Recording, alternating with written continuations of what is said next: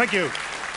I've only got 18 minutes to explain something that lasts for hours and days, so I better get started. Let's start with a clip from Al Jazeera's Listening Post. Norway is a country that gets relatively little media coverage. Even the elections this past week passed without much drama. And that's the Norwegian media in a nutshell. Not much drama. A few years back, Norway's public TV channel, NRK, decided to broadcast live coverage of a 7-hour train ride. 7 hours of simple footage, a train rolling down the tracks. Norwegians, more than 1 million of them, according to the ratings, loved it. A new kind of reality TV show was born, and it goes against all the rules of TV engagement. There is no storyline, no script, no drama, no climax, and it's called slow TV. For the past 2 months, Norwegians have been watching a cruise ship's journey up the coast, and there's a lot of fog on that coast. Executives at Norway's National Broadcasting Service are now considering broadcasting a night of knitting nationwide. On the surface, it sounds boring, because it is. But something about this TV experiment has gripped Norwegians. So we sent the Listening Post's Marcella Pizarro to Oslo to find out what it is. But first, a warning. Viewers may find some of the images in the following report disappointing. And then follows an 8-minute story on Al Jazeera about some strange TV programs in Little Norway. Al Jazeera, CNN, how did we get there? We have to go back to 2009, where one of my colleagues got a great idea. Where do you get the ideas? In the lunchroom. So he said, why don't we make a radio program marking the day of the German invasion of Norway in 1940?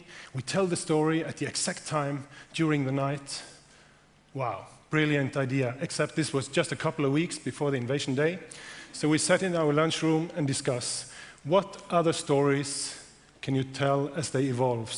What other things takes real long time? So one of us come up with the train. The Bergen Railway had its 100 years anniversary that year, goes from Western Norway to Eastern Norway, and it used exactly the same time as it did 40 years ago, over 7 hours. So we called our commissioning editors in Oslo, and we said, we want to make a documentary about the Bergen Railway, and we want to make it in full length. And the answer was, yes, but how long will the program be? Oh, we said full length. Yes, but we mean the program, and back and forth. Luckily for us, they met us with a laughter, a very, very good laughter. So one bright day in September, we started a program that we thought should be 7 hours and 4 minutes. Actually, it turned out to be 7 hours and 40 minutes during a signal failure at the last station. We had 4 cameras, 3 of them pointing out to the beautiful nature, some talking to the guests, some information. We will arrive at Haugastøl station. And that's about it. But of course also the 160 tunnels gave us the opportunity to some archives. Og så en liten flørt mens maten fordøyes. Den siste utforkjøringen før vi når målet. Bjørnfjell stasjon passeres. Og så en ny tunnel. And now we thought, yes, we have a brilliant program. It will fit for the 2,000 train spotters in Norway. Brought on air in November 2009, but no, this was far more attractive. This is the 5th biggest TV channel in Norway on a normal Friday. And if you look at NRK2 over here, look what happened when they put on the Bergen Railway show. 1.2 million Norwegians watched part of this program. And another funny thing, when the host on our main channel, after the Have I Got News for You, she said, and on our second channel, the train has now nearly reached Myrdal station. Thousands of people just jumped on the train on our second channel like this. This was also a huge success in terms of social media. It was so nice to see all the thousands of Facebook and Twitter users discussing the same view, talking to each other as they were on the same train together.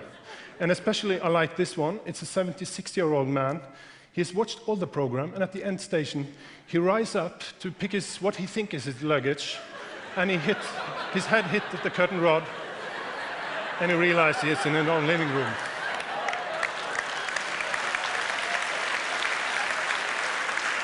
So, that's strong and living TV. 436 minute by minute on a Friday night.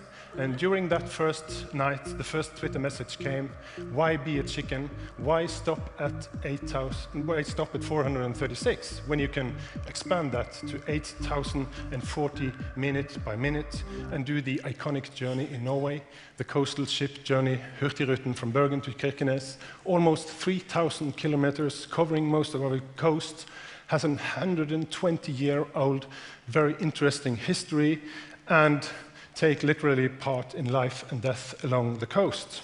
So just a week after the Bergen Railway, we called the Hurtigruten company and we started planning for our next show. We wanted to do something different. The Bergen Railway was a recorded program. So when we sat in our editing room, we watched this picture, it's all station. We saw this journalist, we had called him, we had spoken to him, and when we left the station, he took this picture of us and he waved to the camera, and we thought, what if more people knew that we were on board that train? Would more people show up? How could it look like? So we decided our next project, it should be live.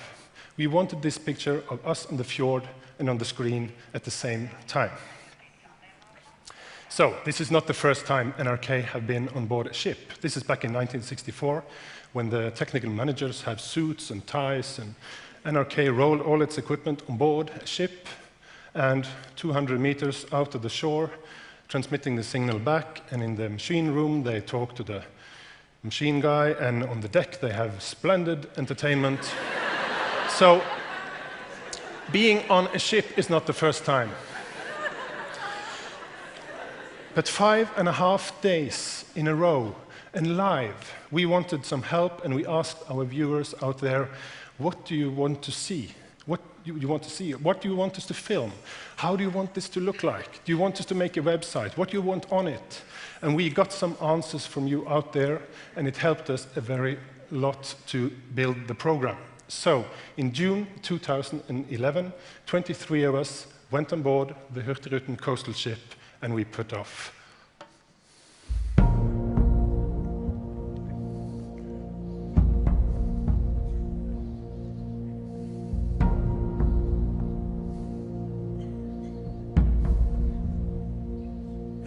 I carried that dream as a girl, dreaming by a fjord so deep that my destiny called from the deck of that great coastal ship.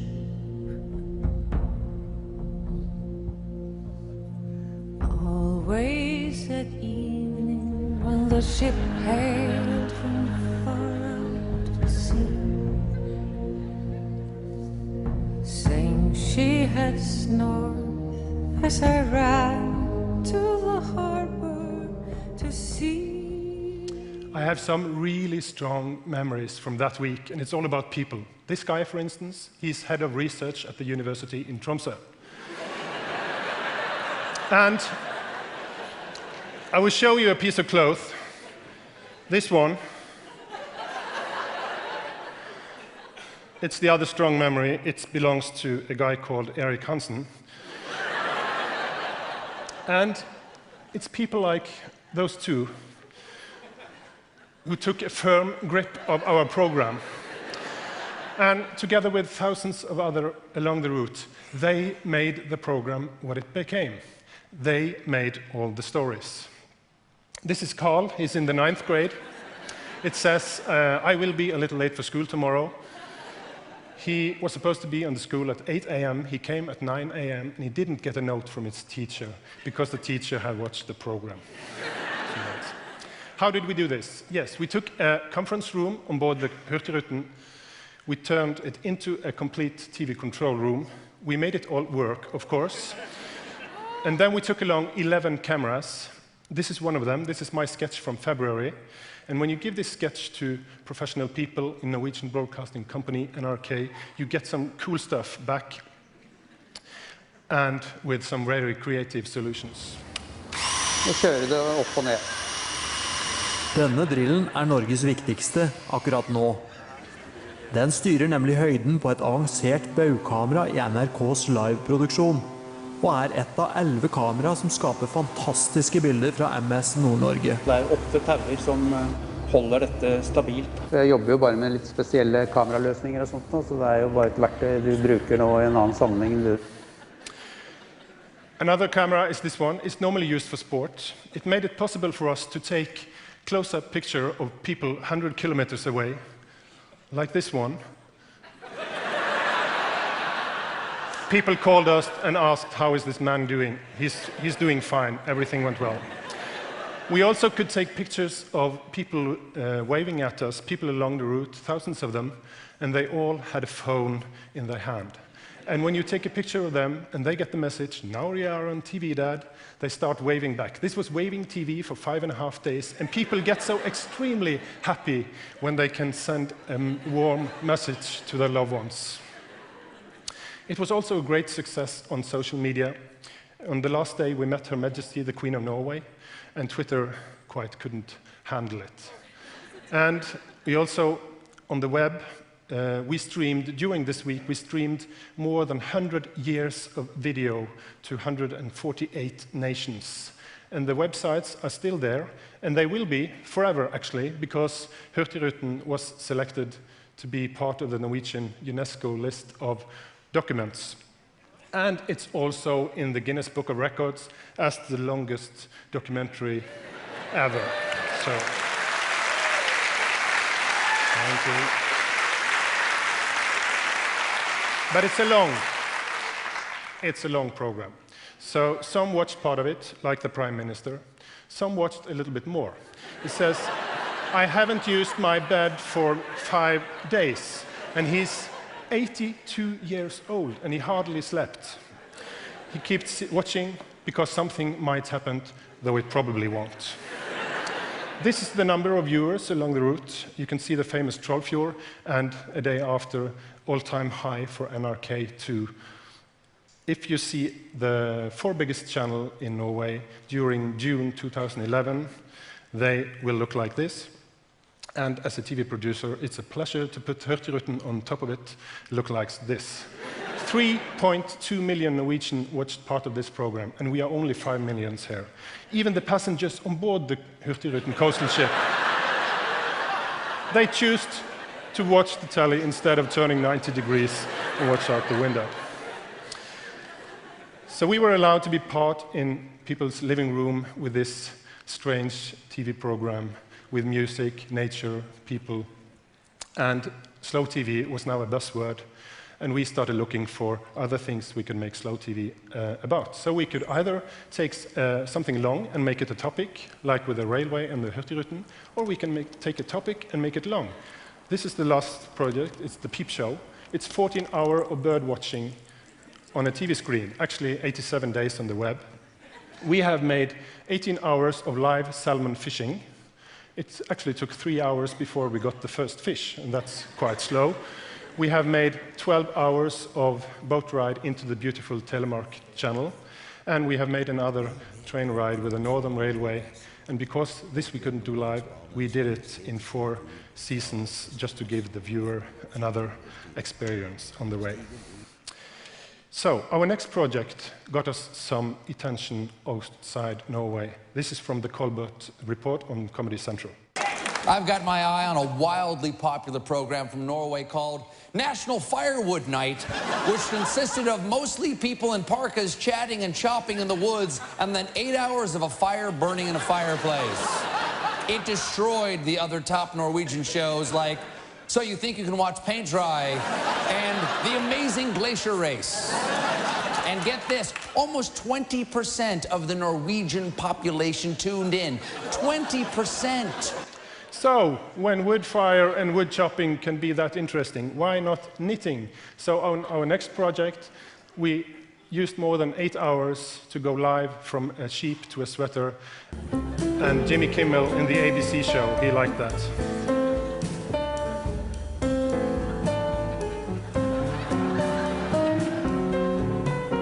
Even the people on the show are falling asleep.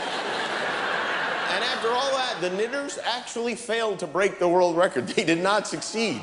But remember the old Norwegian saying, it's not whether you win or lose that counts. In fact, nothing counts, and death is coming for us all. Exactly. So, why does this stand out? This is so completely different to other TV programming. We take the viewer on a journey that happens right now in real time, and the viewer gets the feeling of actually being there, actually being on the train, on the boat, and knitting together with others. And the reason, I think, while they're doing that is because we don't edit the timeline. It's important that we don't edit the timeline. And it's also important that what we make slow TV about is something that we all can relate to, that the viewer can relate to, and that somehow has a root in our culture. This is a picture from last summer when we traveled the coast again for 7 weeks. And of course, this is a lot of planning. This is a lot of logistics. So this is the working plan for 150 people last summer. But more important is what you don't plan. You don't plan what's going to happen. You have to just take your cameras with you. It's like a sports event. You rig them and you see what's happening. So this is actually the whole running order for Hurtigruten. 134 hours, just written 1 page. We didn't know anything more when we left Bergen. So you have to let the viewer make the stories themselves. And I give you an example of that. This is from last summer. And as a TV producer, it's a nice picture, but now you can, okay, cut to the next one. But this is slow TV, so you have to keep this picture until it really starts hurting your stomach. And then you keep it a little bit longer. And when you keep it that long, I'm sure some of you now have noticed the cow. Some of you have seen the flag. Some of you start wondering, is the farmer at home? Has he left? Are you watching the cow? And where is that cow going? So my point is, the longer you keep a picture like this, and we kept it for 10 minutes, you start making the stories in your own head. That's slow TV. So, we think that slow TV is one nice way of telling a TV story, and we think that we can continue doing it, not too often, once or twice a year, so we keep the feeling of event. And we also think that the good slow TV idea, that's the idea when people say, oh no, you can't put that on TV. When people smile, it might be a very good slow idea. So, after all, life is best when it's a bit strange. Thank you.